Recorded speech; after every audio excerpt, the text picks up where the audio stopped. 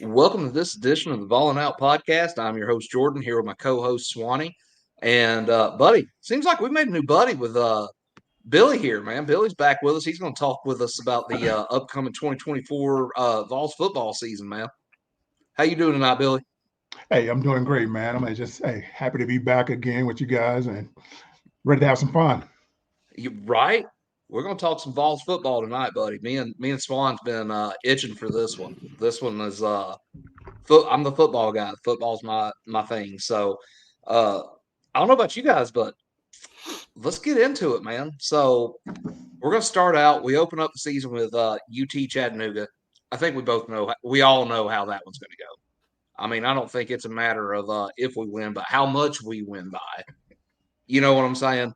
Oh, I'm with you there, man. I mean, we got to come out and set the tone for the season, get our fans something to cheer about this year. I mean, don't want to start off out the gate without being top of program on the land of University of Tennessee because everybody is shining right now in the sports world of all world.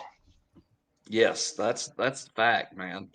I think that one's more one of those games where it's like, okay, let's come out, let's beat this team how we're supposed to beat them by just beat them to sleep. That's what you want to do basically, and get out of there with everybody healthy. So that's because that in 22 we played. Was it who was it? Kent State? No, it wasn't Kent State. Who was it? Who was that? I know exactly. The I remember what Akron. you're talking about. Yes. Akron.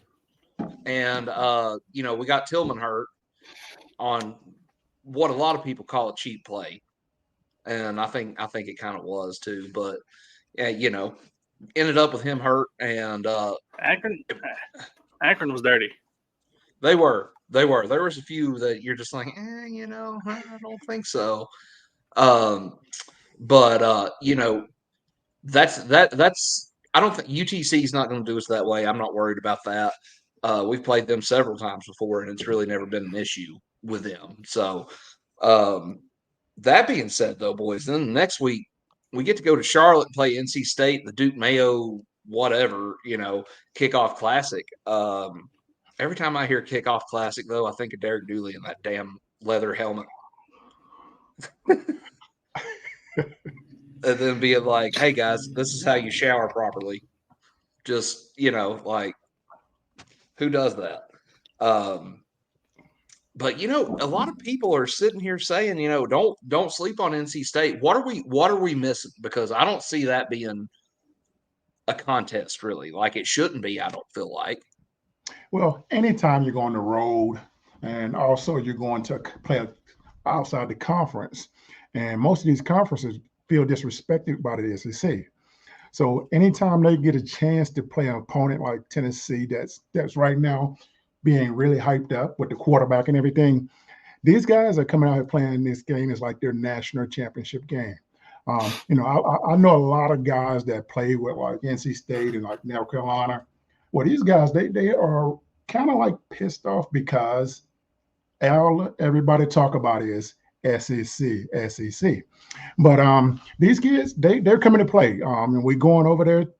They pretty much going to be a home game for them, even though we're probably going to sell just as many tickets as them. True. But when you got the travel on the road, it's always can turn into a dogfight at any time. That's true. That's true. And we've talked about it before on here going back to last year, hype on the road is a bit of a situation at the moment in big games. Games where we go out there and we're expected to win, and he handles it. Games where we're Missouri last year. I mean, Missouri whipped us last year, and that's my main concern going. We'll talk about it a little bit more going forward. But that's my main concern with hype this year. Like he's got to put that he can't win on the road narrative to bed, and he's got to do it with the quickness this year. Yes. Well, I think he's going to have to build off the end of the season and let these guys know that we this is our time to shine now. Everything is on our back. And the one thing I hope they do is don't put too much pressure on Nico. Nico, I mean, he's going to be good this year, but I still think, I don't care. He's still a young guy that still don't have a lot of experience on the field. And right now, Nico has a bullseye on his back because he's the only quarterback that really anybody's talking about in the SEC right now. So anytime you have those type of situations, you got to be careful with your quarterback. Yeah, absolutely, absolutely. I mean, we got to have Nico healthy for the the SEC slate. Don't want to risk him in a game like this because I mean, really and truly, at the end of the day, that game's I don't want to say meaningless because none of them are meaningless, but you don't want to risk him going forward because you've got the conference, and if you win your conference, you're still in the playoffs. Whether you win, whether you lose 3 games or not. But if you lose 3 games in the SEC, you're not going to the conference championship. It's just that simple. So, there's a lot to kind of unpack with that one. I don't know. I want to say I don't think that one's going to be a contest, but kind of like you said, they're going to come out, they're going to be pissed off and feel disrespected. So they'll give us their best shot. Seems like I They're want to say returning 12 though starters from a 9-win team. that's damn solid right there. NC State's returning 12 starters from a 9-win team. They've had a lot of consistency at the head coach spot too. Dave Doran's been there for 11 seasons. You guys remember when he was a candidate for us? I think at one point. I want to say between Butch and Pruitt. I think maybe even between Dooley and Butch. I think it was between Dooley and Butch. And if I would have known that, I'd have ripped their arm off for him. I mean, honestly, I would have. I hate to say it because, Butch kind of sold us for a while. And then he just kind of was like, nope, just kidding, guys. We're gone. But, we come out on the better end. On 3 sports, really highly of NC State. They have them ranked standings. Well, we're 11th. They're where?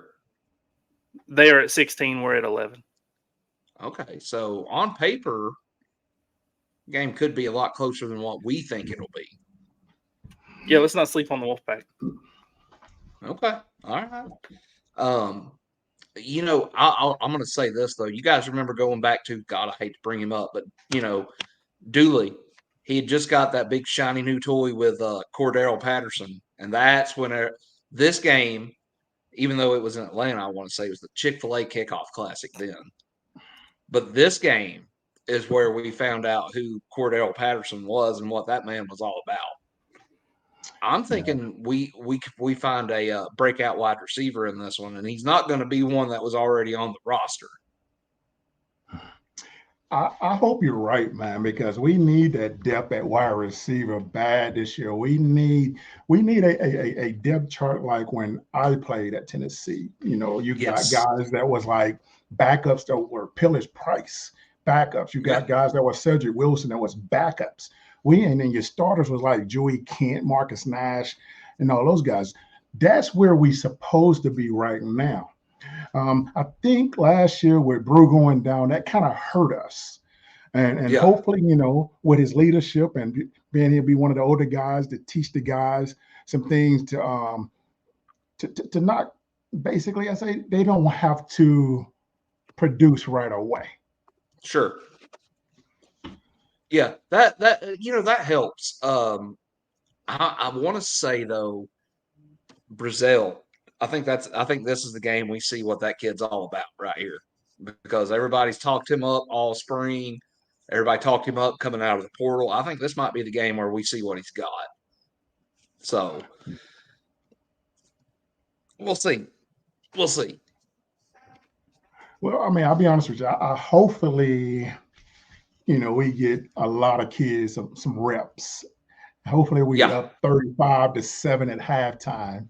And, at least come back out third quarter, put up another 14, and we can put, second, third string in and see what those kids can do. because now we got what? Who is it? I think we got Kent State the next week at Yep. home. Mm-hmm. And of course, that's another school that you just never know because, like, typically Kent State have a lot of speed. Speed is Right. what they've always had, especially at receivers. And I'm still trying to find out, like, who is our speed now? Sure. Sure. That's a good question. We got Squirrel. That boy can run. He can run Oh like a yes, damn deer. most Um, definitely. I'm curious, like in these first three games, really. I want to see what the running backs put out there because we lost Jalen Wright. Jabari Small's gone. Uh, I want to see what they put out there because that was one of our strong suits for the last couple of years. Honestly, was we had a deep running back room, and this year, we've lost a good bit of production with that. I mean, the Dolphins got Jalen Wright like fourth, fifth round. They got to steal with him, We got you to know, steal.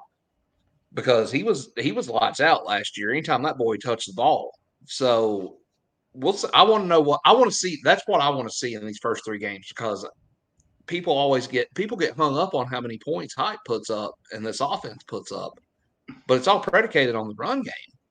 It's really a very balanced offense whenever you break it down and you look at things.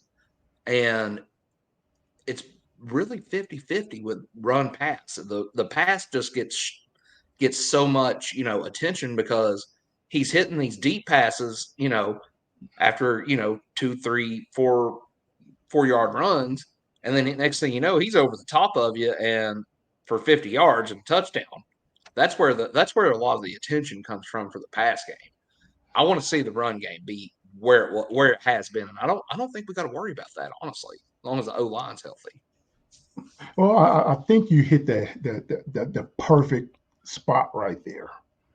That's something that we all have forgot about. That Hyper's offense is designed for the run game. He is a run first type of coach, and we got spoiled with the Hooker year where we broke every record and all the receivers was having fun. Hyatt was wow, and we really forgot what the run game truly did for us because we did well these past few years on the run game, and Yeah, balanced attack is huge in today's football. I think we'll be okay with the running game. It's just I'm serious about the receivers, man. I mean, I think that is going to be the X factor this year, seeing who's going to step up and help Nico become the quarterback that I think he can be. Because there's going to be a lot of pressure on him, and I'm talking about Heisman type talking about him, and when you get that type of pressure on you, it ain't easy, man. I mean, mentally, it is exhausting. yeah, yeah, absolutely. Especially when you're here, because you've already and when you go to a big time school, you've already got all this, all these expectations on you. And we all know how our own fan base is. We're crazy about our football team, and it's that's the way it is. I'm with you on that. I'm with you on that one. They got a Nico. Man, I'm so excited for that kid this year. I think we're going to go as Nico goes this year. I mean that it's the quarterback. That's what everybody says every year. But I really think we're going to go as he goes this year, and he brings a different element to the run game with his legs. So that's another thing. I want to see that. I want to see that read option game a little bit out of him and see what he can do with it because he's got some long legs, man. He can run.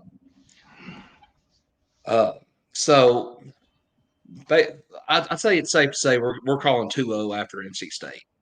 Yes. Okay, Kent State wash 3-0. I'd say it's handled. Um, Next up though, Swan, you're actually talking about going to this game. We got to go to Norman. That's the first big game of the year, really. And I think that's one of our swing games. I've got two on the schedule. I think that's one of them. So that's and there's a lot of storylines for that one, man. Hype going back to Oklahoma. They kind of did him dirty a little bit. Didn't want to fire Big Game Bob's little brother, so they made him take the fall for it. Um, you know, this one's got some potential to it. Well, I think it's going to be a similar situation with the schedule because they have a cakewalk schedule the first three games as well. And, coming, let's see, I think they do that. I think they play Tulane, if I'm not mistaken. And that could be a brutal one for them because Tulane is they have a lot of seniors that's returning this year. And Tulane won't be easy to beat. And I think they'll be pretty beat up by the time they see us. So that can Yeah. be, a big help for us. That's true. That's true. And who knows if we're assuming we're healthy going into this one. I feel like it's one that we're going to be favored in. It won't be by a touchdown or so. I'd say it'll probably be 2.5. You'll get 2 in the hook, maybe 4.5, depending on how it goes. Maybe by the time kickoff runs around, it'll be a push or Oklahoma even favored by a point. Yeah. Who knows? But then again, Vegas puts a lot on trends and stuff, and hype being on the road. That's as bad as I hate to say it. That's trend right now. But it's a point. But it's to the point now to where he goes out there and he wins this one. He can do a lot to put that narrative to rest. I think. Well, I mean, I think it'd be huge, man. If we can get that win to be 4-0. You're talking about an exciting start of a season. I mean, you start seeing them talking about us being ranked top 5 because Oklahoma, they're loaded, man. They are loaded. They stay loaded. They always have like the cream of the crop of like the Texas, all the surrounding northern states, and they typically been stealing a lot of recruits from the state of Texas, and that's huge. Whoever wins that game between Tennessee and Oklahoma, I actually think they have a chance to be the ones that come out of the East. That's true. That's true.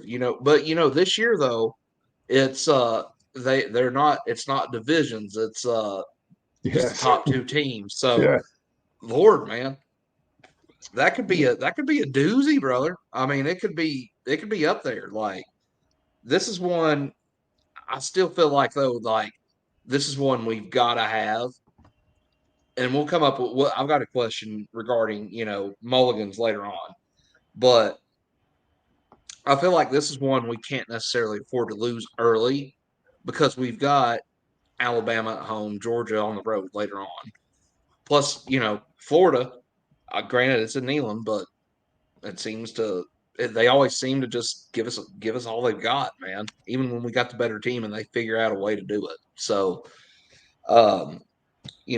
big boy football starts week 4 for us, though. That's fact. Yes. After that, though, we do get a bye week. So I'd like to think we're going to be favored over that pesky bye team. But we do got to go to Arkansas. That one's a weird one because Pittman recruits well out there. They play sound football, really and truly. But last year it was like they had so many people get hurt so early in the year, and they just sort of I don't want to say he just sort of lost them because I don't feel like he did. I just feel like they had a lot of tough luck last year, honestly. So I think Arkansas is going to be one of those sneaky teams this year, man. Like like you said, they had a lot of injuries last year. I mean, if most of these guys are going to be coming back this year, right? And of course, with the COVID year and everything, we can see a very tough Arkansas team because we're on the road again, and it's going to be. I think that's going to be my first road game to go to because I think we're going to trying to put something together to get Clint and everything and like make that pretty hyped up about, make it feel like 98 in a sense. You gonna make him relive the stumble fumble? You should. I was actually looking the other night. I've got episodes put together for, to talk about for the summer and actually break down these games and stuff, man. I'm trying to think. I see it was a wild stat though. Like it's in Fayetteville, and I want to say we've only won there like 2 times in the last 10 years. Granted, we don't play them every year though, so it's been it's a wild stat. I'll have to double check myself on it, but it's like it's one of those where you're like, oh, that could be interesting. The last Arkansas game I remember, uh, I forgot who it was, but Dooley was there, and dude bounced off half the team like they were a wet paper towel and took it to the house for 6 on a punt return. I remember that. That's the last Joe one Adams. I remember. That's it right there. They smoked us. Yeah, it wasn't even close. They played in Neyland in like 2015, I think. Evan Berry returned a kick for touchdown. I want to say one. We got beat. It was the year I want to say 2015 because it was the year we blew several leads. Florida, we blew a lead. I'm pretty sure we blew a lead against Arkansas. Oklahoma was one of them. Yeah, and we started getting it rolling near the end of the season. But that's the last one I remember against Arkansas. We played them since then though, and I want to say it wasn't 16. I can't remember when it was, but we played them. We've played them once since then. It was in Neyland. We beat them, but they were god awful. And then Pruitt got his shit rocked by him, which he got. I mean, he got rocked by everybody. I can't remember the other one though. Like, I think the last time we played them was 2020. It was the COVID year, and they beat us like 20-7, or maybe worse than that. I don't remember, but I want to say COVID year was the last year we played them. I think so too. I think it was the last year we played them, and it was on the road, and they beat us. But we beat them since then. Gosh, it doesn't seem like it's been that long. Right? It's been a hot minute though since we beat them on the road. Oh man, it just sounds crazy when I think about Tennessee football, man. Because I'm so used to like me myself not losing to anybody, and I'm just hoping and glad we're getting back to that point where we could like say we got a chance to beat teams and not like because like when I talk to fans, like they always say that they're gonna do the Tennessee thing. Right. They lose. I'm like, gosh, man, come on. But I think we're back to the chances that we have an opportunity to win every game that we go into now. Yeah. Tennessee football's come a long way in a short time, man. I mean, you look at that last year Pruitt was here. I mean, they go 2-8? Oh gosh. And it's like lost the last. Yeah. Yeah, I mean, it was terrible. It was 2020. 2020 we went out there and got beat. Sorry to interrupt. I just found our series record against Arkansas. We haven't beaten them since 2007 was the last time we beat them in Knoxville. Oh, wow. Okay. We've lost the last 3. Yeah. And our last win in Fayetteville comes in 2001. Okay, yeah. So it's been a hot minute.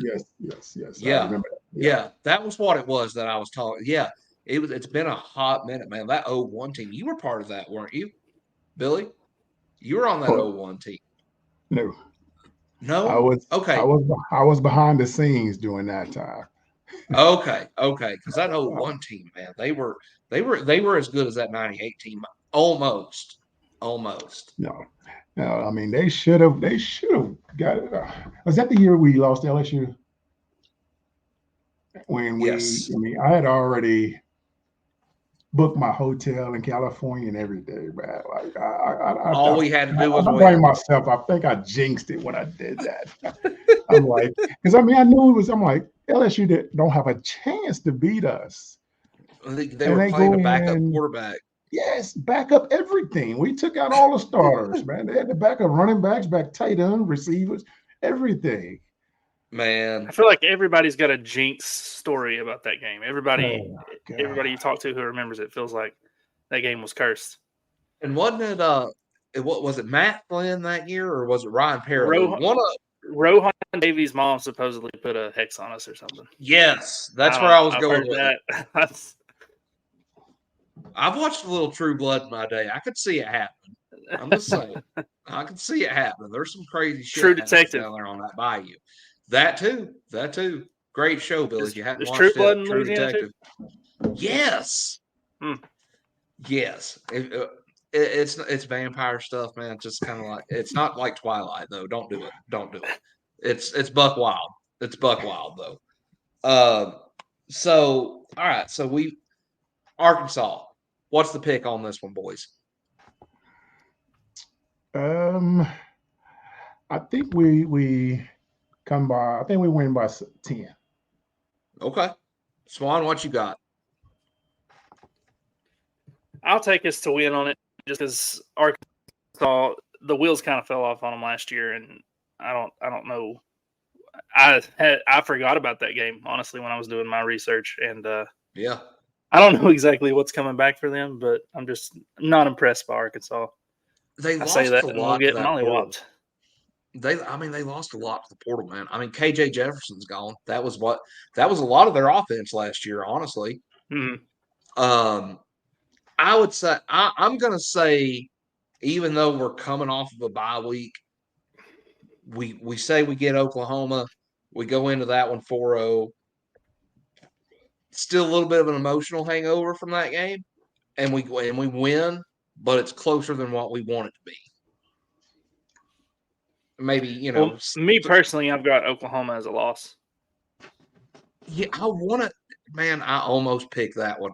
I did. I almost picked it. Like, I was just like, we did a Citrus Bowl preview shortly after they put out the schedule, this, that, and the other, and I seen it was at Oklahoma, and immediately I was like, that's lost, just because it's on the road, and hype hadn't done anything to make me think otherwise yet. I'm hoping this is the game he does it, though. I might, I'd love later for him on to we got to pick. I'd love for him to get Go ahead. revenge on him and put the road demons to bed. I am planning on a trip out there. I have a pretty good reason to go, but yeah, I just don't know about it. I know these ain't your daddy's Oklahoma Sooners, but like Billy said, they're always loaded. Yeah, they're talented too. They're very talented this year. Like, they've got a lot coming back.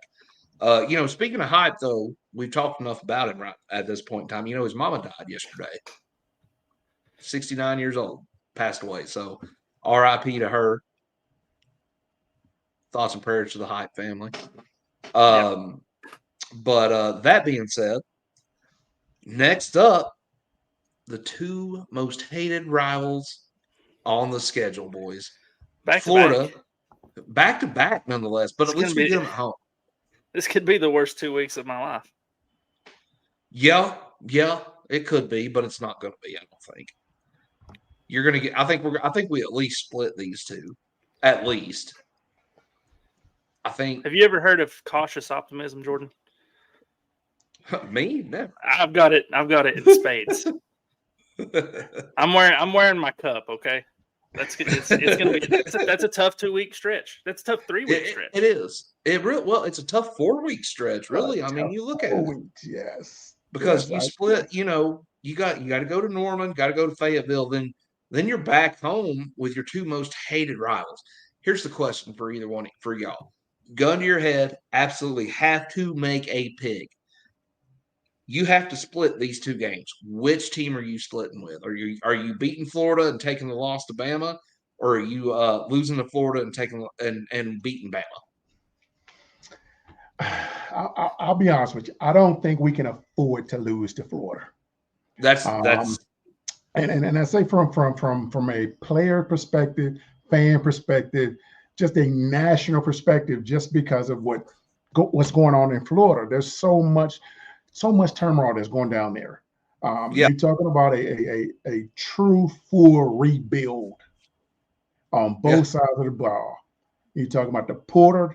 Pretty much nobody wants to come there. And then, of course, with the NIL, it crushed them when the kid told them they're going to sue the quarterback because now nobody wants to go there because they don't trust him. That's true. That's true. That's one of the downfalls of NIL. I mean, look at what was it? Lane had Tyler Barron and a couple of others coming from here to go to Ole Miss, and their checks bounced. It's gonna be a tough one, man. I mean, of course, I know why everybody go to Ole Miss, man. I mean, Ole Miss is, yeah, man. Have you guys ever been to Ole Miss and saw like just the party part of it, though, man? Like that's something when, as a recruit, when you go on a visit and they take you out and you party, and when I say party like a rock star, oh man, Ole Miss, they don't compete with nobody. Their competition is like Miami. Right. Well, and two, they say there's a reason Lane went down there. They redshirt Miss Americas down there. I'm just saying. I know why Lane went down there, man. Lane don't have the Jenny clamps on anymore, man. Lane don't have the honey-do no more, man. Lane is enjoying the festivities 100%. He don't care if he crash on a motorcycle now. He doesn't worry about what they did in Louisville. He's gonna party to the fullest. Out of all coaches this year, you will see so much smack from this man this season. I don't blame him. Because, man, I mean, Ole Miss is loaded. I'm glad they're not on our schedule this year, to be honest with you. Yes. That's a dangerous team this year, man. But it's Lane at the same time, and you're like, what game is he going to drop that he's not supposed to? Because it happens. Just, going back to your gun to the head question, Billy, well, I agree a lot with what Billy said. You don't want to. Do you want to be one of Florida's 3 wins, or just another notch at Alabama's belt? Well, and okay. So as much as I hate to, I want to beat Bama again. Obviously, we all do. But them coming back here with a new coach and losing a bunch of guys through the portal, we don't really know what they're going to look like.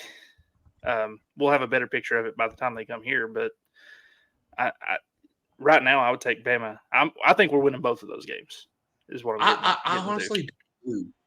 What we don't know a whole lot. We won't know a whole lot about Alabama until really and truly. They got to go to Madison this year. They got to play Wisconsin. Ooh. I don't know. That could be an interesting one. That one could be. I don't think it will be, but it could be.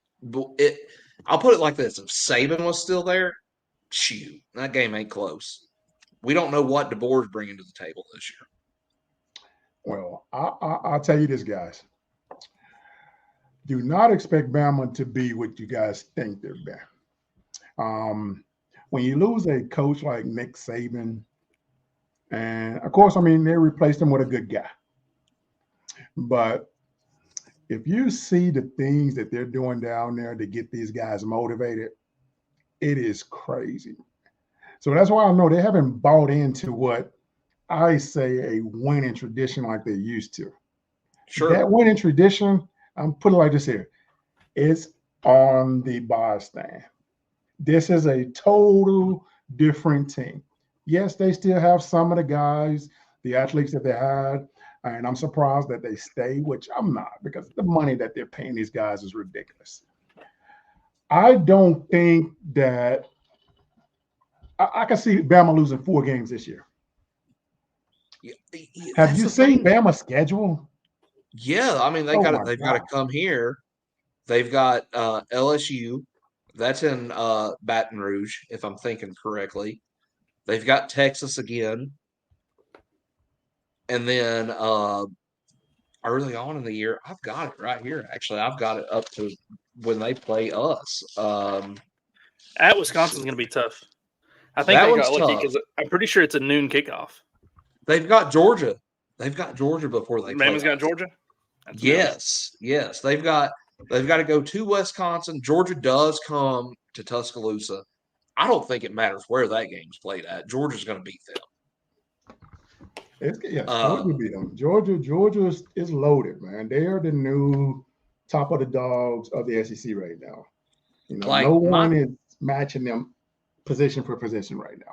It sucks too because they bark at you. The grown men bark at you, but it sucks and it sucks. But here, okay, so one of the things I was going to bring up whenever that game comes around, they could either be 5-1, they could be 4-2, or they could be 6-0 whenever we play them. It could be 6-0 versus 6-0, or it could lose a little of its luster because they've lost 2 games, but it's still Bama at the end of the day.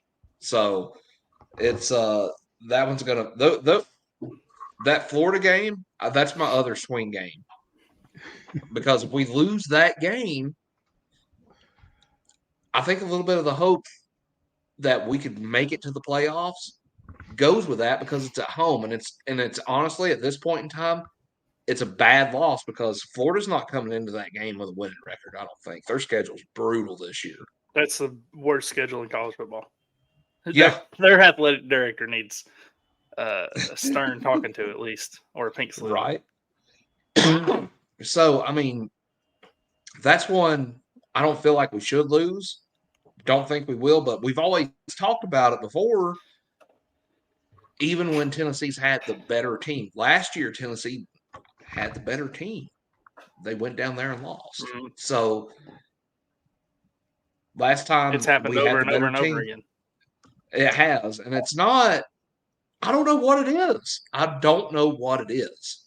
It just happens that way. It seems like weird things happen in that game. I'll tell you what it is. It's exactly the way it was when I was at Tennessee. It's called with us. It was the Spurrier jinx. Spurrier had us by the balls. Yeah. Nick Saban was the exact same way. And it showed. When we beat Alabama the year before, there was no one else on the schedule that those kids thought can beat them. Yeah. Last year, going into the Alabama game, we were ready. They was hyped. They came out the first half and they started it off like they finished it last season. And then they come back at halftime. And I never blame referees for anything. Never, because I always try to beat the referees by using the scoreboard. Well, we had already did that. But when you're playing against the Zebras and the 22 kids that's competing, it's hard to win. That's true. And it sucked because there's no way Alabama should have beat Tennessee last year. There were some calls in that game where, you watch Tyler Bear and James Pierce Jr. get just flat out tackled on edge rushes, and they kept the flag in their pocket, swallowed the whistle, and that was it. It was just like, come on now. But, I want to say this too, and I know tonight I've come off as somewhat critical of hype on the road. I felt like though he come out in that game with the game plan to win. That's one thing you can't ever doubt with the man. He plays to win the game. He don't go out. He's like Herm Edwards. You play to win the damn game. You play to win the game. He plays to win the game. I felt like though that second half he hung a little bit more on that defense than he should have, and got conservative on offense. You can't do that. Cannot do that in this game. Like you go out there and you let them hang, buddy, and you beat them. Like put them away because we were up 21-7, 21-10 at halftime in that game. And then you're thinking, I get it. The defense honestly had played good enough in that game to be like, okay, I could put this on them, but I need to give them a little bit more before I do it. So here, think about this here. That Alabama team, first half, there's no way you can tell me they were that much better the second half. So I just want to tell you guys this here. That team that we played the first half of Alabama, That's what you're going to have to expect Alabama to look like from now on. There you go. I say everybody don't get this, man. Nick expects nothing but the best out of you. These kids got a new guy in town. This is not Nick, man. I'm telling you, this is not Nick. Nick is mean as a snake, man. I'm telling you. Oh man, And I'll tell you this much. Guys, yes, it's gonna be something special to watch this year, and I'm gonna love it when they lose 4 games. There you go. Yeah. Well, I've said it so many times before on this show since Saban has left. I respect that man. You can't do anything but respect him. But I would absolutely hate knowing I'm the guy that has to follow that man. I don't want to follow that man. I want to follow the guy that followed that man. Because DeBoer, he goes 8-4, 9-3 in 2-3 seasons in a row. That ain't gonna cut it down there. Bye. Right there's the door. That's how they are down there. I mean, honestly, that's how we are here. That's how we got your head coach spoiled us. That's why we've went through what we've went through. And it's not a bad thing. But you gotta realize at a certain point, okay, this is this guy's ceiling. DeBoer's ceiling might be 11-1, 10-2 in a playoff. He ain't gonna win it every year like Saban did, though.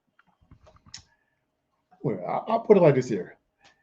If Western Kentucky, the first game against Alabama, and let's say Bama just wins by 3 points, oh my gosh. Oh. Somebody's sister's getting whipped that night. I'm just saying.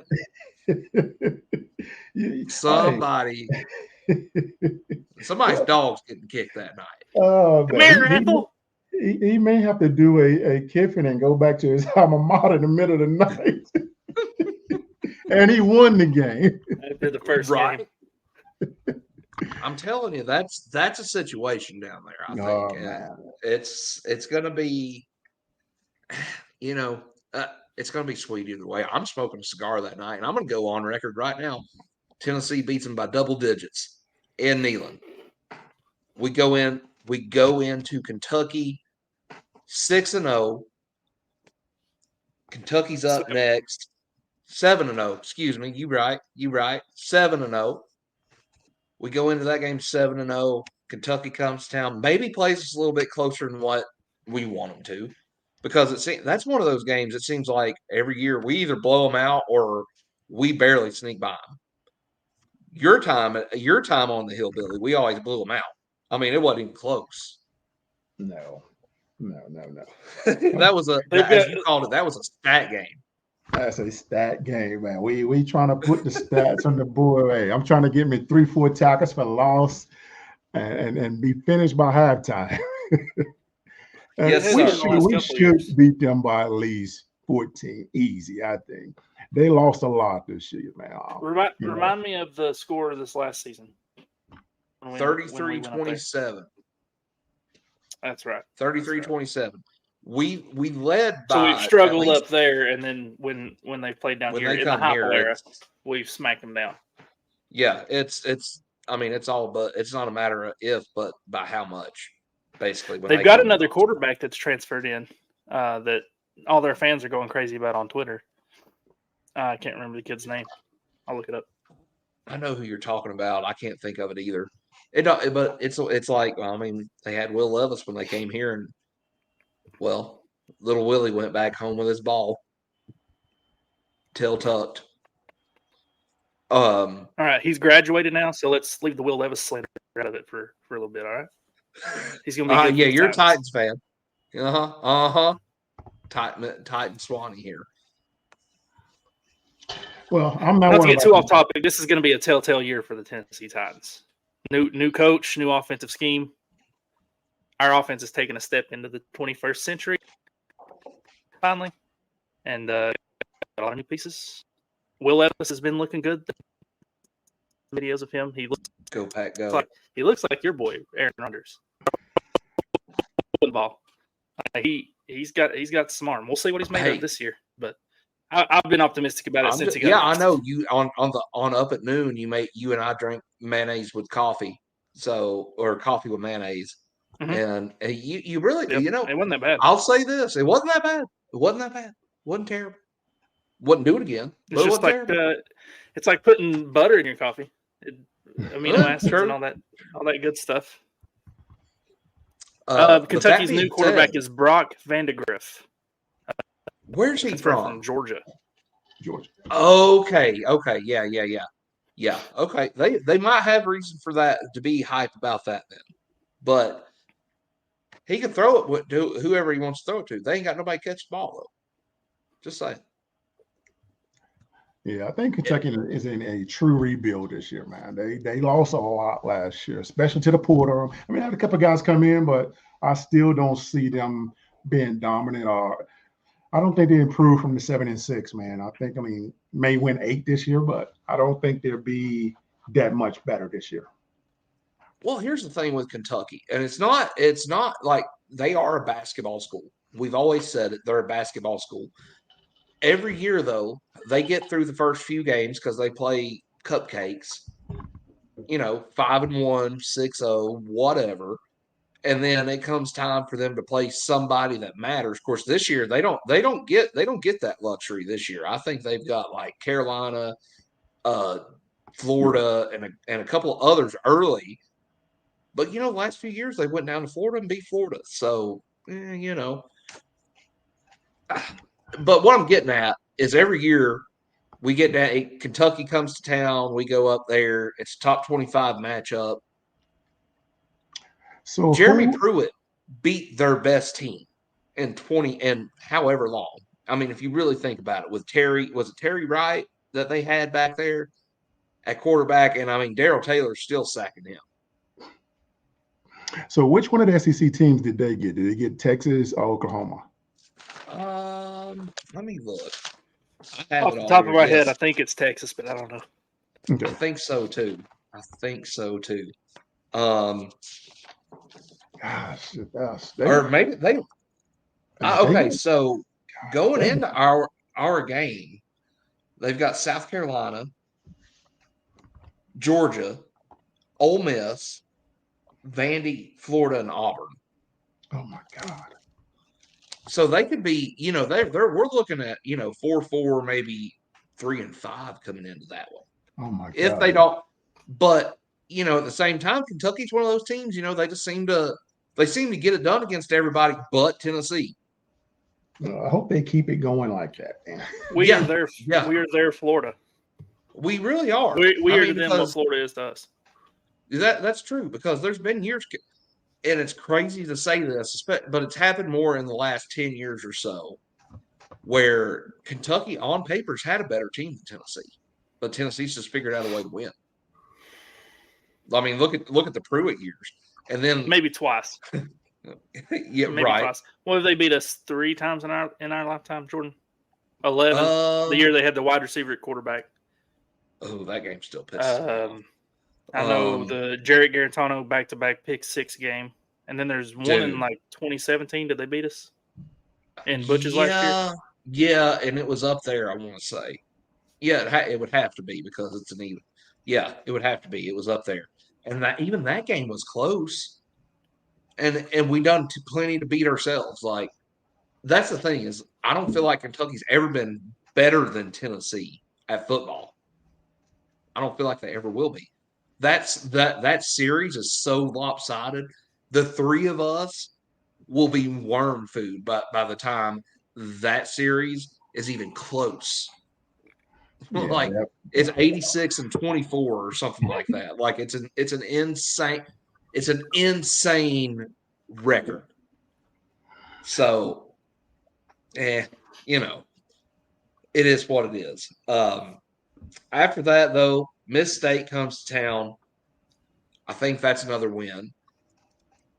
I want to have us riding into Georgia undefeated. I want to. I think Oklahoma is that one game though that I'm like, that's got me hung up. I want to pick Tennessee to win that game. because I think Tennessee is very capable of doing it. See, this is But the that problem road narrative, with the cautious optimism. By mid-August, I'm going to be agreeing with you. I'm like, yep, we're winning them all.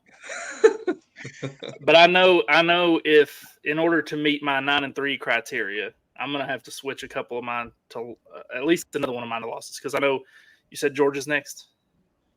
That's the only certain L that I think we're taking. Let's see here. Well, I'll tell you this: if we come into that game undefeated or one loss, I think the confidence that these kids will have, I think it would outweigh the automatic loss. Yeah, a lot's going to have to happen from today, May 29th. A lot's going to have to happen between now and October or November 1st, whenever that game is, for me to sway my opinion on it. Because as of now, and this is what Georgia, I don't think anybody's touching Georgia this year because, they got left out of the playoff last year. I mean, they lost to Alabama, but that team that just won 30 games in a row and 2 national championships and now has a chip on its shoulder.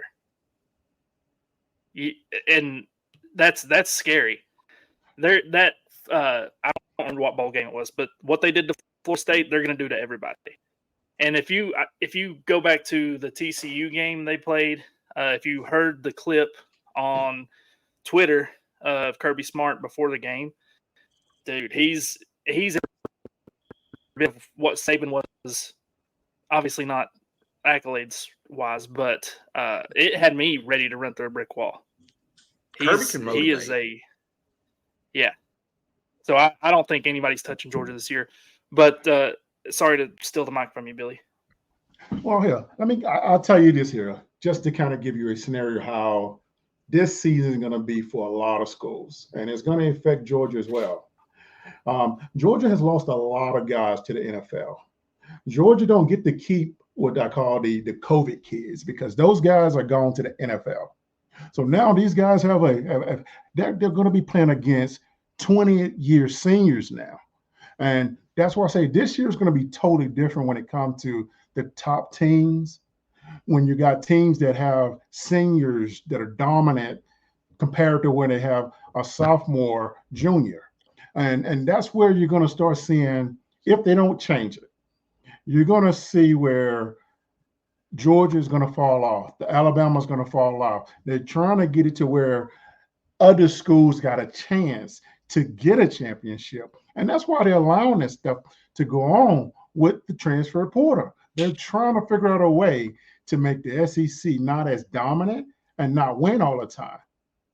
And it's working. But I think with this whole COVID thing, I think that's what's going to change the dynamics of the Georgia team.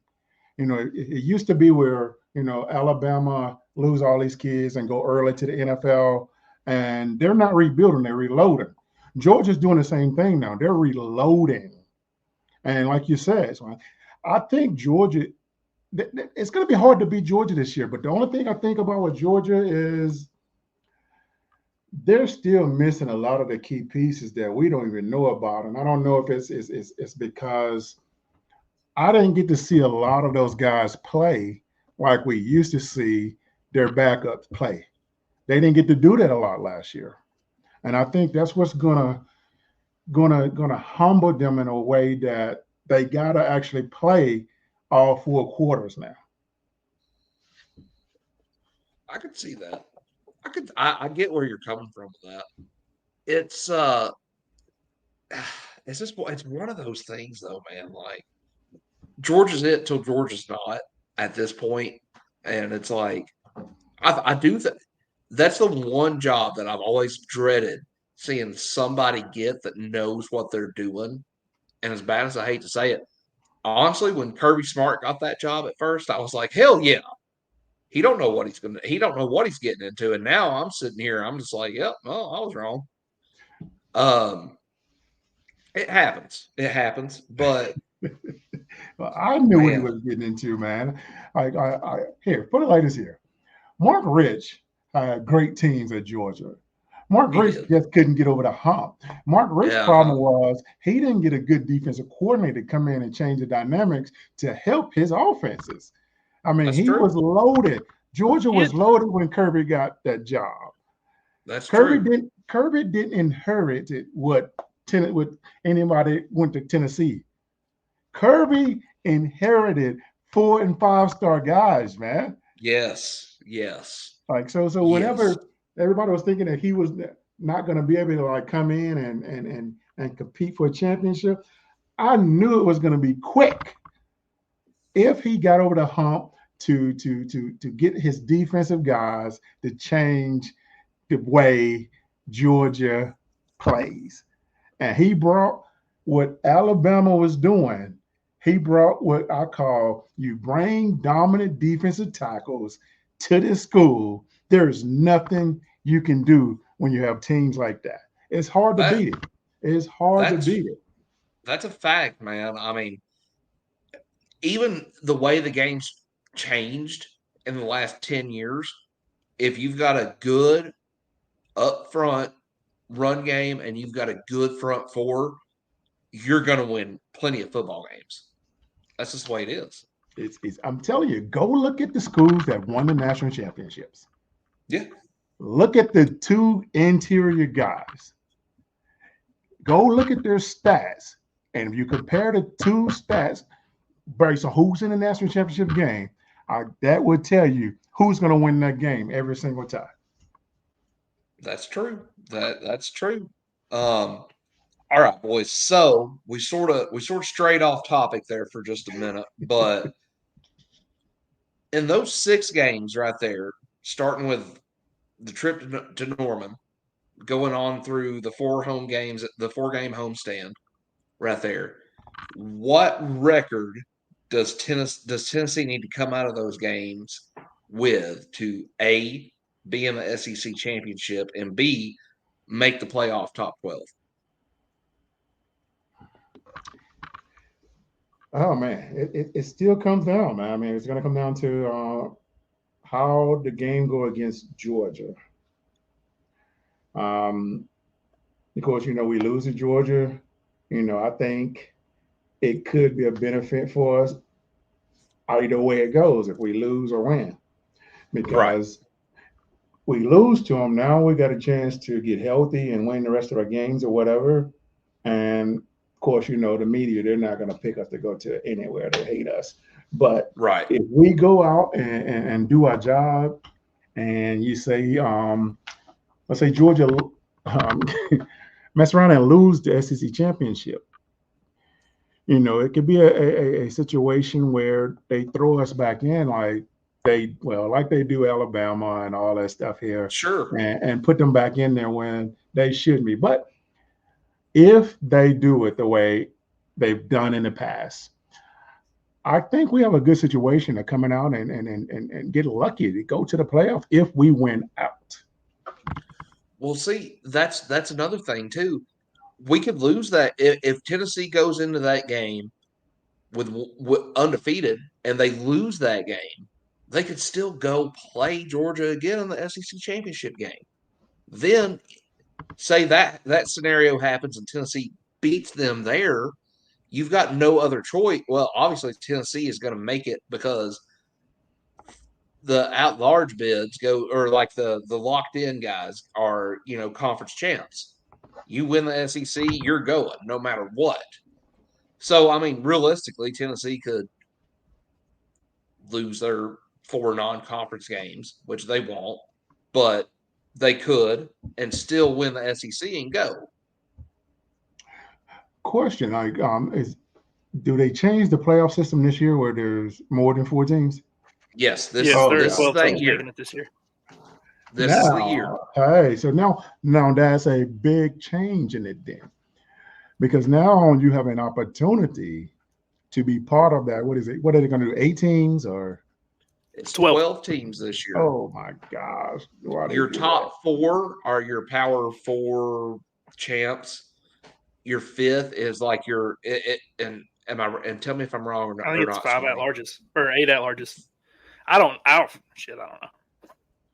I want to say my understanding is that your conference champions your are conference automatic champs are in. bids, but the top 4 teams get a bye week, and that's just going to be the top 4. So even if like Georgia lost the SEC title and that's the only game they lose, they can still be a top 4 team.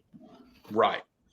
So I guess what I'm getting at is there's 7 at large. I want to say your power 4 conferences or whatever. Those champs are in no matter what. There's your bye week. Your 5th seed, so per se, is the non-power 5, non-power 4, whatever they call it these days. Winner, like best of those teams, and then you've got 6 or 7 at large bids per se. So, like, really and truly, the SEC could have 4 or 5 teams in the playoffs. I mean, I don't think they will. I don't think they want that much monotony in it. But I think we still would. We'd have. I mean, you're talking Georgia. Us, we obviously think that we're going. Right. Just listening to how we're talking about the schedule, we obviously think we're going. Texas is returning a lot of players. Oklahoma, Bama, LSU with Brian Kelly. What's going on? LSU. What's going on down there? Yeah. Right. It's about time for that to start that tree to start bearing fruit. Yeah, I don't. Vanderbilt. Ole Miss. I'm playing around. Realistically, Ole Miss, yeah, they are a good team. They could be. I mean, let's talk about it. I mean, Tennessee, Alabama, Oklahoma, Texas, Georgia, Ole Miss, LSU. I mean, really and truly, it could be just the SEC Invitational if it really come down to it. I mean, obviously they're not going to let that happen. No, but it could be. No, I don't think that'll happen. I mean, just because I think that's the whole expansion of the playoff system. It's easier for them to put teams that they want to align to go to the situation. And it's going to suck for a lot of teams because, gosh, I just wish they'd just go back to the old school way of it and just be simple and make it work the old school way. Like with me, I'll give you an example. Let's just say that Alabama lost to Vanderbilt the last game of the season. They're ranked number 2 in the country. You lose to Vanderbilt, you should be receiving votes. You should drop out of the top 25. You shouldn't be considered still the top 4 teams in the country. That is the problem with the ranking system that I don't like, though. Like when a team loses late in the season, you lost too late. You shouldn't still get the opportunity to go play for the championship. I understand that your team is the top team. You got top players. But as a player, we know if we lose late, we have no chance to go play for a championship. I get that point of view too. Like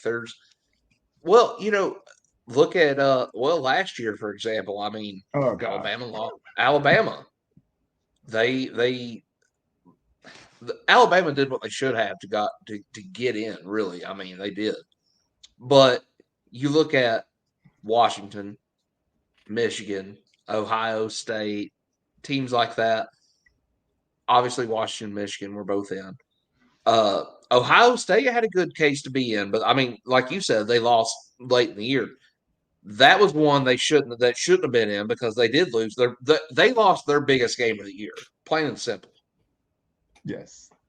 Alabama, though, I mean, and it kills me to talk good about Alabama. I despise everything about that state. The best part about it is it touches the state of Tennessee, plain and simple. But they did what they should have. They did what they needed to get in. Georgia kind of got and I loved it, but they kind of got the short end of the stick because I mean Bama was the only game they lost. But yeah, it's one of those things we could talk about it. We could talk about it all night if we wanted to. But I don't know. I think what's going to end up eventually happening is we're going to start now with 12. Next, give it 2 or 3 more years, it'll be 16. Then it'll be 32, and then we're looking at how they do Division II, and it's just going to be an all-out playoff, and that's it. So do they do 16 or 32 in FCS? I think 32. I think it may be just 16, but I think 32. Either way, I think the most exciting thing about all the new playoff is home field playoff games. Yes. Like imagine Neyland hosting a playoff game. Yes. And we have to play like Penn State or something. That'll be awesome. Or the way they like to do us, or be like, oh well, Alabama round 2 at Neyland Stadium. We get this one year. Like one lost Georgia at Tennessee. Yeah. Like that's just the way the cookie crumbles. But so here's the next question. Going through the schedule, we've got so we've up to this point we picked everything up going to Georgia. The Georgia game, win or loss, don't matter, close, blowout, win or loss. Ooh. What you got, Billy? I still think it's going to be a tough one, man. I think the fact that we have a lot of veteran kids coming back, man, and it's a true difference maker when you got a guy that been in the system that long.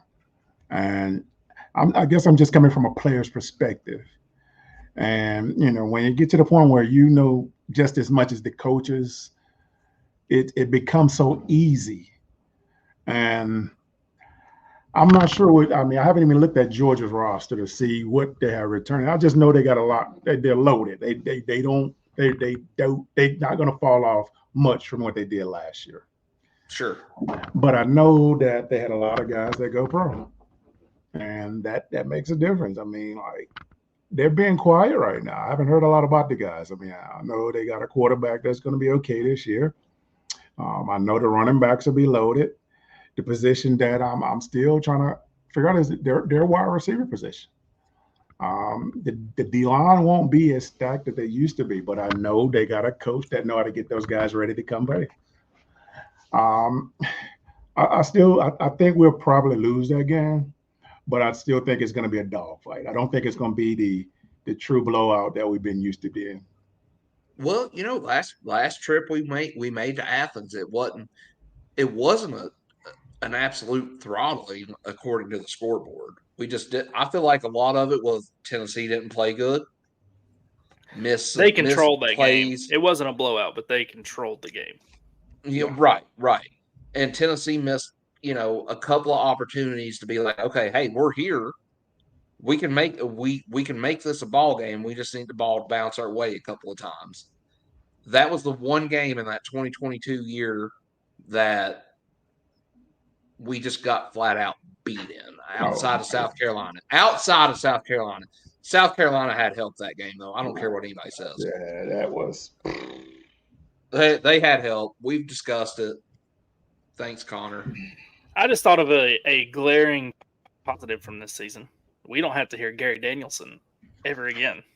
That's true. I'm not going to lie to you, though. I do kind of miss Drunken Vern.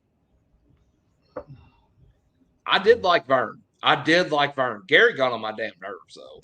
It was always Georgia, Alabama, this, and I'm just like, dude, shut up. Like, give us a damn break. Well, hey, the media hates Tennessee, so I'm used to it. It's 100% true. You got to get used to it. That's just when I see it, I hear it. It don't affect me the way it used to. They hated us when I played at Tennessee. They hated us in the national championship game. We wasn't even favored. When they told me that we needed help to get into the national championship game, I said, "What? We undefeated. How do we need help?" Right, man. Gary Danielson. It wasn't just us. It wasn't just us. Gary Danielson on any game is like the Big Ten's about to learn. They're gonna hate. They are. If you're not Michigan or Ohio State, you're gonna hate him. You're gonna hate him, and I'm here for it. But with Gary, man, He would say the most ignorant shit sometimes too. I'm just like, dude, come on, man. Like, come on. He'd be like Nick Saban eats petrified dog turds for breakfast, and it, just Well, gives I'll him. tell you, this is what I do when I watch, and I know that they're going to be the commentators. This is what I do right here, guys. Mute it. That's it. Hey, I like it. I just mute them, man. I can't take it. I'm like, did he just say that? And can you imagine, like, well, they'd be like, well, Nico probably ate oatmeal for breakfast, so he's probably not going to do well. What the heck does that got to do with this game? Yeah, right. It's always best to just turn the volume on the TV off and turn on our guys on 107.7. I enjoy them. Makes me feel like home when those guys are on the radio. I love me some Bob, but thank you. Sorry, I lost his name for a second there. I love me some Bob Kessling. Every now and then. But the one nitpick I have on the man, Josh Dobbs throws a Hail Mary in Athens to win the game, and we get what a turn of events. And it's just like, dude, that's the best you got? That's the best you could come up with right there. Like, come on. I get it. He was right. I mean, it was a turn of events. But it's like, the man's sitting here talking like it's Ferris Bueller's Day Off, and he's like, what a turn of events. Like, Jesus, he doesn't always bring the energy, but that's home, baby. To the checkerboard. On Saturday. Makes me feel like Saturday. That's another one of those situations, kind of like with replacing Nick Saban. Anybody that had to place John Ward, it just wasn't going to be the same, right? That's true. The way John Ward used to call those games, man. I mean, the stuff he says that came out of his mouth, it was always exciting, man. It was like, it was never boring. I mean, it could be like the worst play. It could be an injury, and he made it sound like it wasn't that bad at all. Yes, he was a color guy. He put color to words. Like the man could officiate a funeral, and you're sitting there, and you're like, by God, I'm there on the edge of your damn seat. Yes, but Bob Kessling legit sometimes sounds like he is officiating a funeral. Well, yeah, the closest. I'll be honest with you guys, and it's and I saw it the past few years, I think last year that I saw it. The guy that does the commentating, he does it in Spanish. Oh, dude, those guys get so high. And we were supposed to be doing a podcast together, but then he ended up doing the Spanish stuff. And when I say the guy, it's so exciting. Like, I mean, I'm like, oh my God, I don't even know what he's saying, but hey, he got it live. I feel like that's John Ward up there, man. He's always happy about something. Yes. I mean, it's like if you've ever listened to a soccer game in Spanish, that's how they call them. Yes. And which is crazy. Soccer is like, yeah. And not just that too. You hear those. You hear the color. Like I know. They have to hold on. The announcers have to be that way in soccer to keep you awake through the game. That's true. It's honest to God truth. That's his name, Carlos. I remember that, Carlos. Like that's the truth though. And then it's kind of like watching Swan. I know you don't watch it, Billy. I don't know if you watch wrestling any at all, but even the Spanish announcer guys in wrestling, they're like, oh, just let it go, son. And you're just like, oh my God, that's awesome. And their announcers table is always the first one to go. And it's like that's the most entertaining portion of the show. But that being said, so let's finish up this schedule. Yeah. So we've got us at least with one loss, maybe two at this point. We've got UTEP, Vandy, and I'm missing another one. UTEP, Vandy. No, you're not. UTEP and Vandy after that one. Okay, so we're thinking we're 9-1. right now at the worst, maybe 8-2.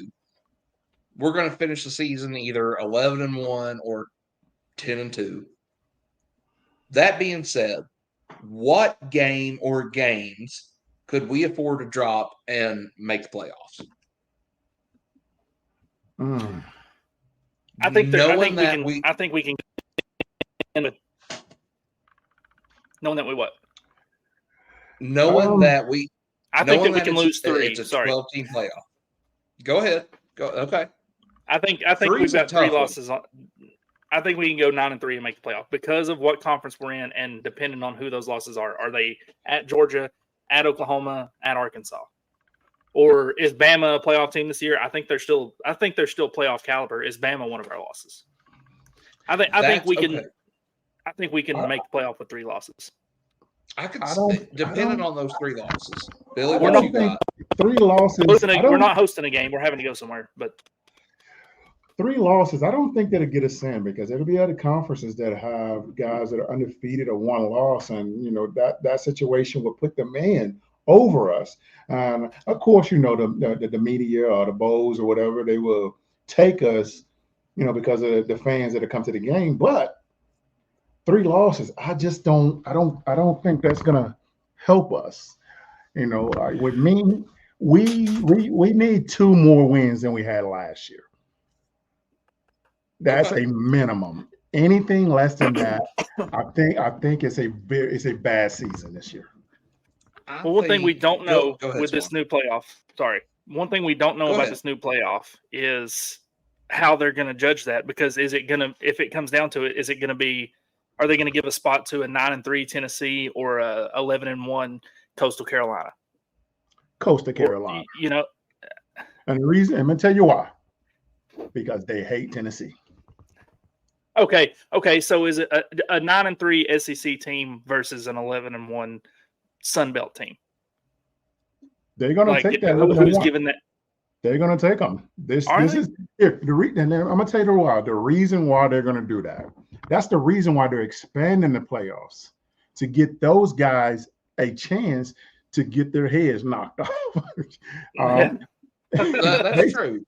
I can basically, see that. Giving like in a sense, a Georgia, Alabama, a bye week in a sense, to make it easy to get to that transition and make the thing where now they're gonna be like, well, hey, we might not need to keep this expanded thing because these guys are not as good as they thought they were.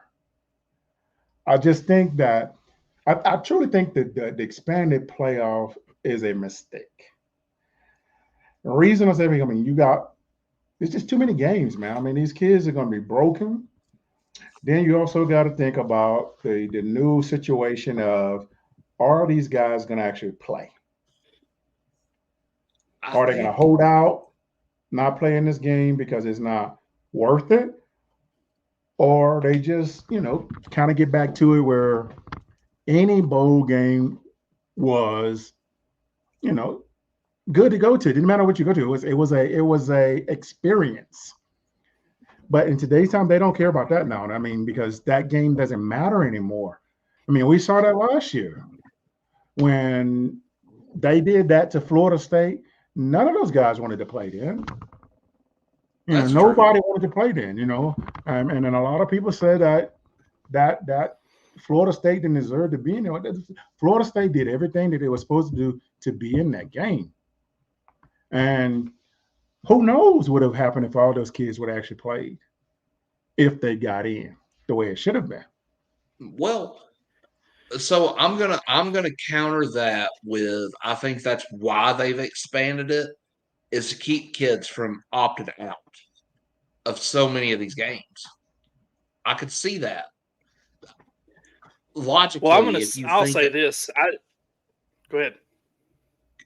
I'm just saying, logically, if you're playing to an 18 to 22-year-old kid's mindset, you're more likely, if you're being that age, to think, okay, I'm going to play in a college football playoff game, as opposed to that could potentially mean something, as opposed to, well, I'm going to go to, the Papa John's Bowl this year and maybe get my knee blown out.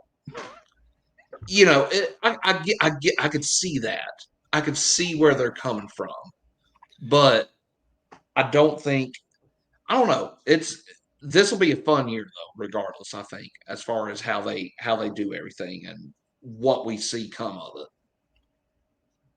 Go ahead, Swan. What you have? I think to Billy's point, for the athlete, it is too many.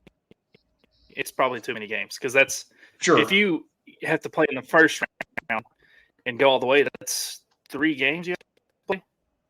If I'm at least 3 more. I'm picturing it in my head. Is that 3 games or 4? Because then you're in the That'll be Elite 8. Be 3, yeah. I think it's be 3 more games. Okay. It'd be 3 more games because you're not playing a championship game if you're outside of that top. You're probably not playing a championship game. Right. Well, I think eventually, after a couple of years of this, I could see a world where they just do away with championship games. Conference championship. I think that's what's coming. I think that's what's coming eventually. But from a fan's perspective, it's not too much. I want them to do a tournament with every team. Let's do all it. Teams like get in the tournament. Let's go. Baby. Let's do it. March Madness, baby. But, let's do it. Yeah, it is probably it can get to where it's too much. We would have to look at the FCS and see how exactly they're doing it with their student athletes. Because I don't know if they have conference championship games. Admittedly, sorry guys, I don't want much FCS football until it's late in the year and that's the only thing on TV.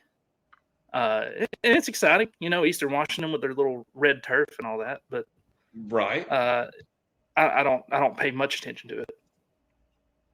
But that maybe we use that as a barometer moving forward with this new playoff system. Because clearly it's not too much for the kids. True, or maybe it is, and I just don't know.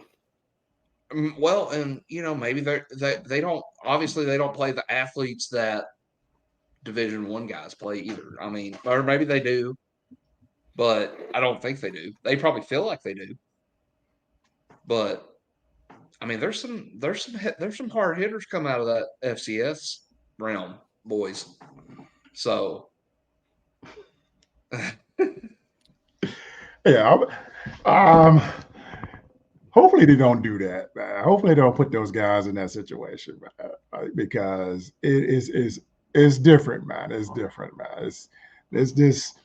I wouldn't wish that on anybody if they did that to those kids, man. If they put those guys in, let's say if you put like who was it? Would it be like a North Dakota State? Against let's just say if they put them against like who would be like let's just say Tennessee. Tennessee probably would have got their tails whooped by that school. And see, what people don't understand when I tell people about football is basically man on man. If you were to tell me that there was an Alabama team that would have beat us every single time when I played football, I'd have told you you're smoking something that you don't understand what that means. And the reason I say that because I was taught to play the game based off who I was going against. That this guy across from me is no better than the guy that's over there. He may be a 5-star, I may be a 1-star, but I guarantee this 1-star gonna make that 5-star understand why I'm a 1-star that should have been a 5-star. Right. Well, people understand that when these kids get on that field in today's time, they're thinking we're playing Alabama. I didn't care if you was Alabama. I didn't care if you was Jesus. You're going to feel me that day and understand that we got a chance to praise this whole situation. They're catching the smoke. That's quoting Reverend Reggie White. Hey, man. Hey, go Pack, I go. always tell you, hey, Jesus is coming. The minister. We'll be So, recording this podcast by the time Jesus gets back if we don't wrap it up. We bet, boys, all joking aside, we better wrap it up because I'm getting real chatty. All right, my man. hey, that's all right. That's all right. We're here for it. But that being said, boys, so we've come to the conclusion that we're at least going 10-2 or 11-1. Maybe make it to the SEC championship game. I'm sorry, my cat is apparently in heat, boys. And I've heard her all episode, and it's driving me wild. Well, that's the first time I've heard it. If that makes you feel I've better. heard her. I've heard her. Just man, y'all, this has been a fun one. But let's say we go to the SEC championship game. Who we play? Georgia. Georgia, or if you had to pick a sleeper team this year, who's your sleeper team? I know who mine is. Who's your sleeper teams? I'm Ole going to Miss, go with Texas. go Sorry, go Texas. ahead, Billy. One of the new guys, Texas. Swanee, Texas. Texas or go. I'm going Ole We're on the Miss. same page. They done a lot of work in the portal. Lane's Lane. Let's say he don't drop a game that he's not supposed to. They're there. It could be Tennessee, Ole Miss. Could be Heupel, Kiffin for all the marbles in that at-large playoff spot. That'll be the game he drops because Lane is a choke artist. I'm going to change mine because I just realized these guys got a lot of guys coming back. Missouri. Ooh. Oh, we've not even that's thought a good one. Damn, they were a good team. I forgot about that. They're loaded. They got a lot of guys coming back, man. They do, man. And, Coach Drink stands they beat on the business. hell out of us. They did, man. They I'm still beat us pissed to off death. about that game. That wasn't a fluke what they did to us, guys. No, it wasn't. It wasn't. They at first I was like, you know what, man, we may be in for this one. And then I was like, okay, we got a shot at it. And then they're up 31-7, and I'm like, nope, we're getting bent over. That is the best Missouri team I've seen since they moved to the SEC. Oh. I know they won the East a couple times, but those were kind of fluky. Like Georgia was done it on. We were terrible. Florida was bad. Georgia those was teams iffy. were not as good as the Missouri team from this past season. Yeah, that Missouri team was legit last year. No Am I cap delay on today? No. We're good. We're good, Hans. But yeah, it seems like the year that Ole Miss, they've got the team to do it. We'll see if Lane Kiffin's really about it, because we know he's got it up here, but now we'll find out if he's got it down here. Yeah. You guys know where I'm I'll tell you this. I'll tell you this. I think he's got it down there. You know what I'm saying? Because dude lets him hang every time he lines up against Alabama. The dude lets him hang, and that's honestly what's got him beat. And that's why I'll say he loses games he shouldn't, because they'll mess around and win. He outsmarts himself a lot of the times, man. Like that last year Alabama game, man. He goes for 3 or 4 fourth downs that he has no business going for. It's 4th and a country mile, and he's like, I'm going to throw it. I'm doing it. And he should have punted. They still had a shot to win that game at the end of the game. He always does that kind of stuff. And it's like, I want to like that. If he was my coach, I'd love it. But he's not. So I'm just like, no. He was at one point. Screw him. He was. I think we are in year, what would it be now? 15 of Lane Kiffin? Probation. Where do we think we are? Probation, but we're winning. Well, XFL. I'm gonna call it this here. This is what Ole Miss is to me. They're the new Mark Rich, the new old school Georgia. I can see that. That's a good comparison, honestly. There are there are some between the two. Like they lose games Maybe they get rid of shouldn't. They've got more. And hire Bama's defensive coordinator. Yep, and that's what's going to happen. They're going to have someone come in, replace them like they did Mark Rich. That's like the thing about it is down there, 8-4 keeps Lane's job. Yes, it And does. Yeah, he's in a That's the good thing spot. about Lane. He's in a great spot. Like that. That's the thing about him is like, we take every opportunity we can to crap on him. I like Lane. I think he's a good football coach. I think he's an awful human being, but I think he's a good football coach. Yeah. And the only reason I think he's a bad human being is because of why and how he left here. But he is a good football coach.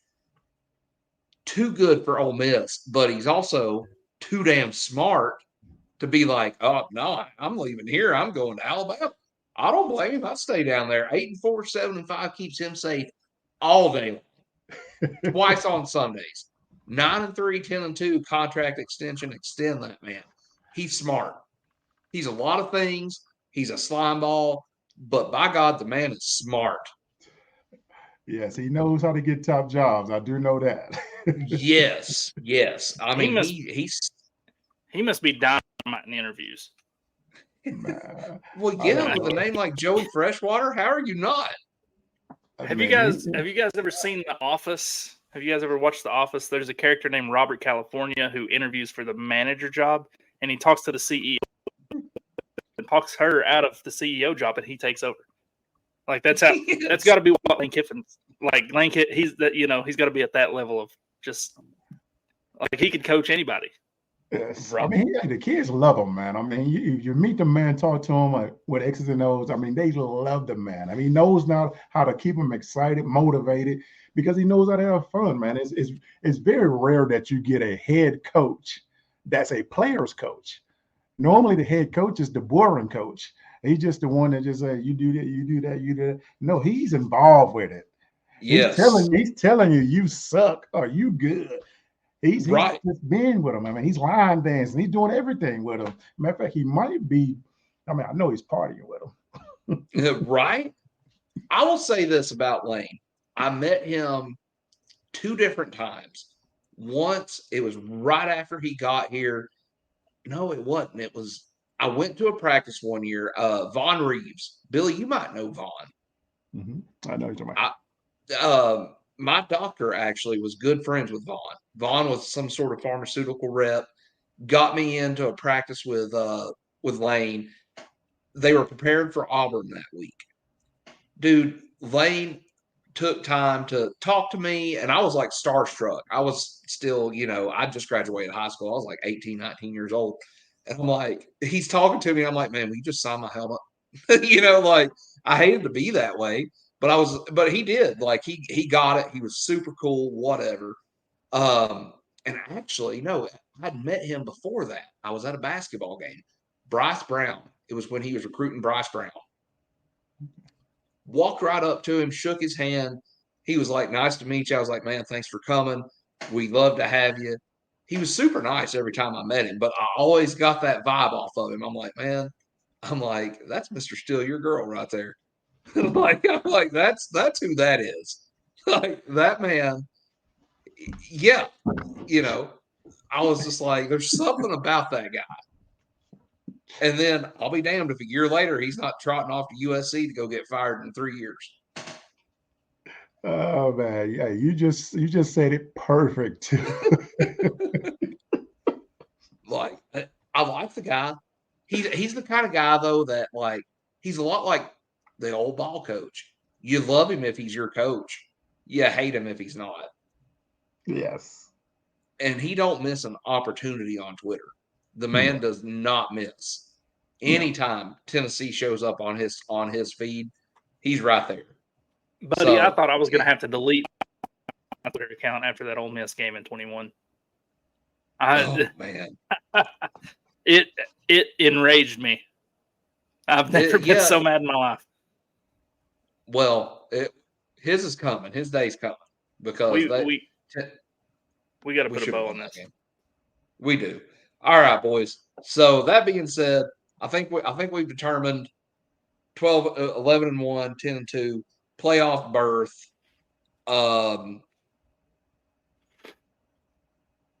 We'll discuss that at a later date because I think the season preview, what we expect, has been put out there. Yeah, let's end it like we usually do, boys. Go damn Vols. Go Vols. Go Vols.